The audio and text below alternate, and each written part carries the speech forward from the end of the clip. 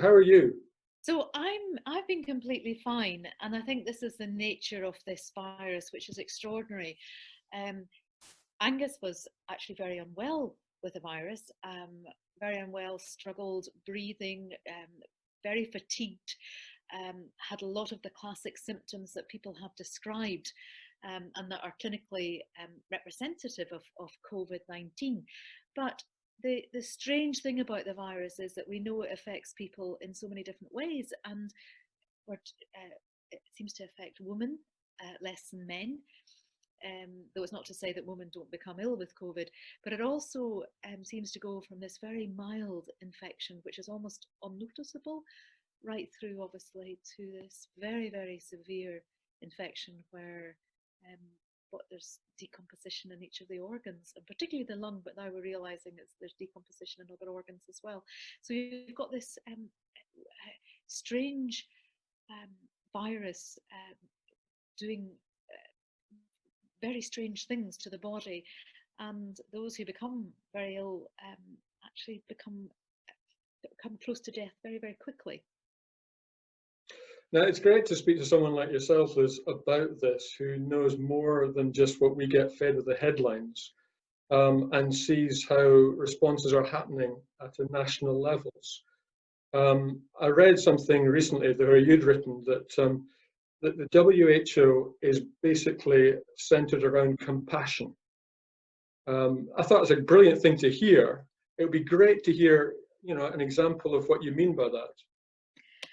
Yes, and it's interesting because the WHO, the World Health Organization, really has the remit from the UN across all countries to try to bring together strategies and advice as to how to best manage this pandemic. But the WHO, as you know as well, has been criticised hugely, and particularly in the States, for not having acted quickly enough, or for not having been transparent about what the findings were from China, or for not being able to put sufficient funding in. And why I was actually writing about this is that I think that there's been a lot of misrepresentation, because I think WHO have tried, and particularly the leader of WHO, Dr. Tedros, the Director General, has tried to create a strategy which involves really four fundamental pieces. He said at the very beginning, when it wasn't clear that this was going to become a pandemic, but when it was clear that there was problems, and it was definitely a very big epidemic of illness, that we needed to be prepared and be ready for whatever happened. Every country needed to recognise that there was a potential that this virus could spread.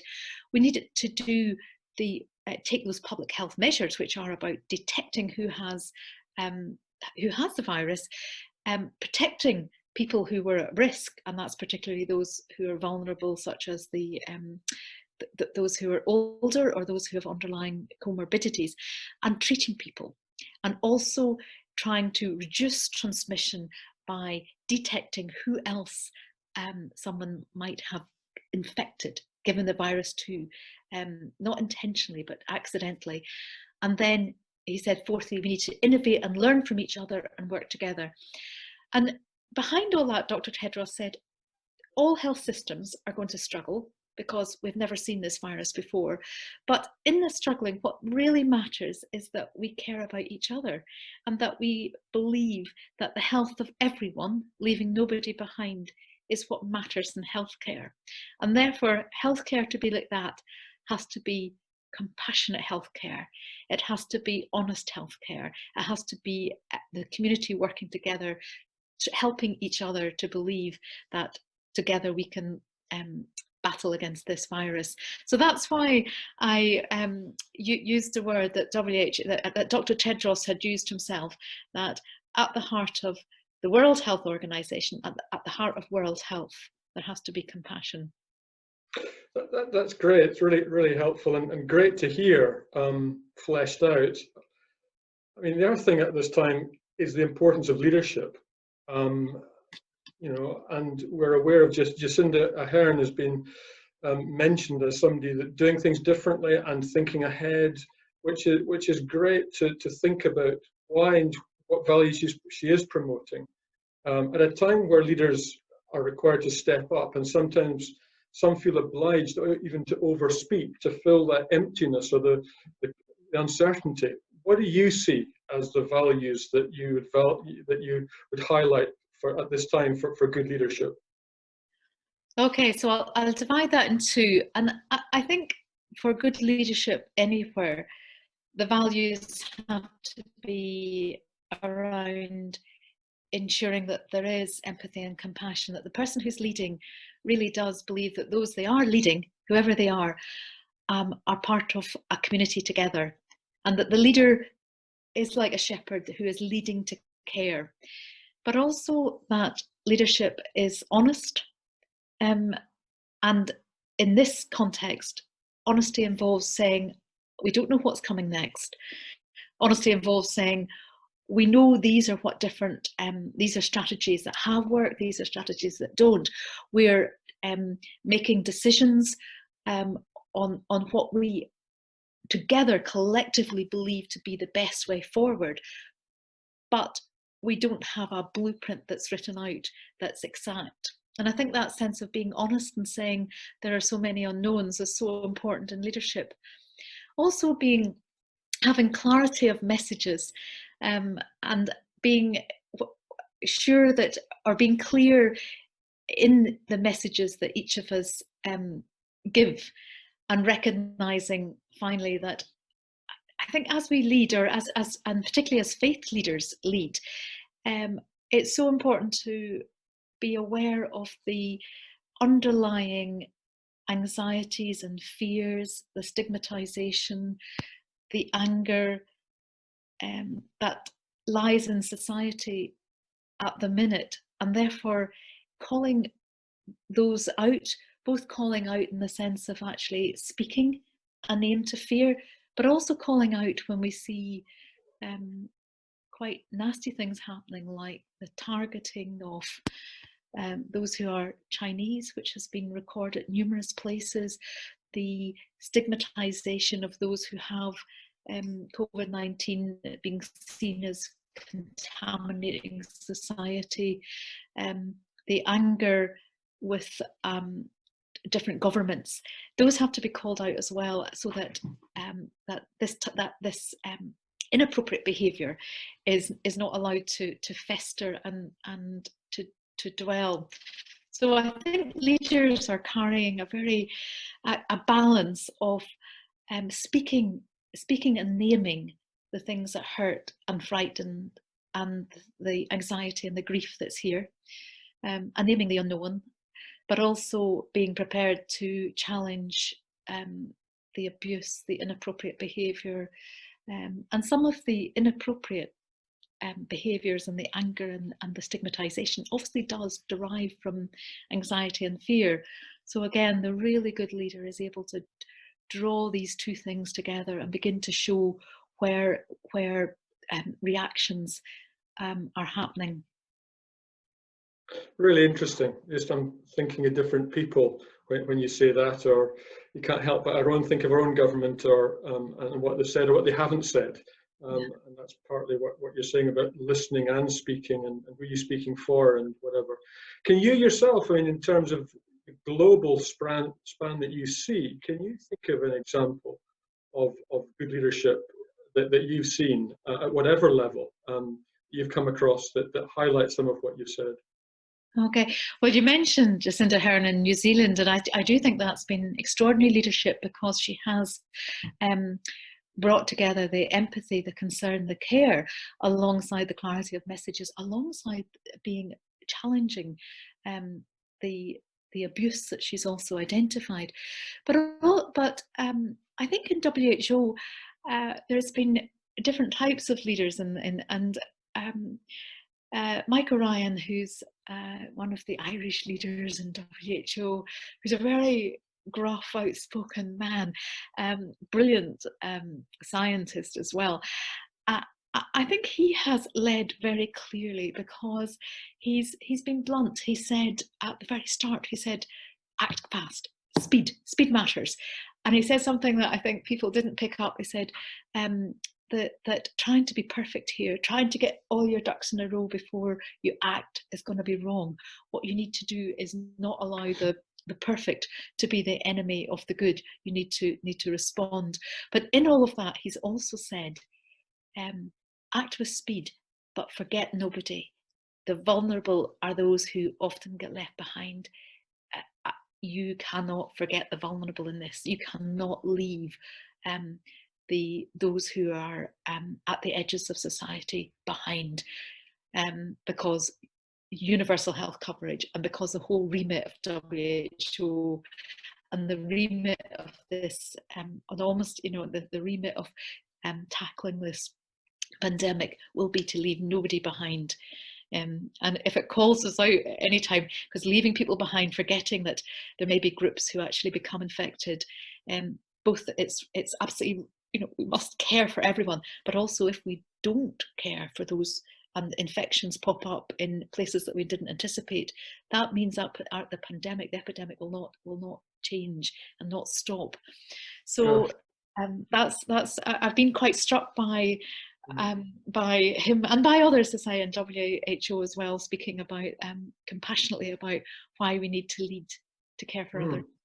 But hugely challenging. I mean, what you say to manage that, and to have the humility and the confidence to aware that you've got to act swiftly and carry everyone at the same time with you. That's now, as a Christian then, Liz, I mean, clearly that's a lot of what we're talking about is underpinned with compassion. You've used, as one of the themes of this conversation.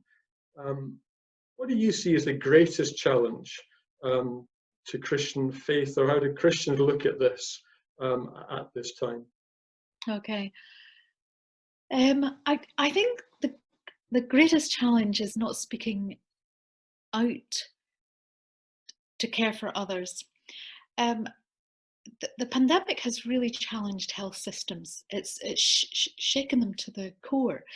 And while the health workers in the health systems have been able to respond extraordinary, the actual systems themselves have been shown to have major faults in them. And health systems at any stage when they're under attack, any system retracts and retreats. I think for faith leaders and for me as a Christian, I'm so conscious that there's also a danger that I could retract and retreat, because when you feel that something really major is happening outside, it's easy to pull away and think someone else will do the work, somebody else will help speak. I think as Christians we have to be out there speaking very publicly with each other about what's happening. We also, I think as Christians, have to call out the repercussions of this pandemic, because there's the coronavirus, which is across the globe, and today's figures, in the UK alone, we have 28,446 people known to have died of COVID-19 today. And those are the registered deaths with coronavirus. There's probably many more not.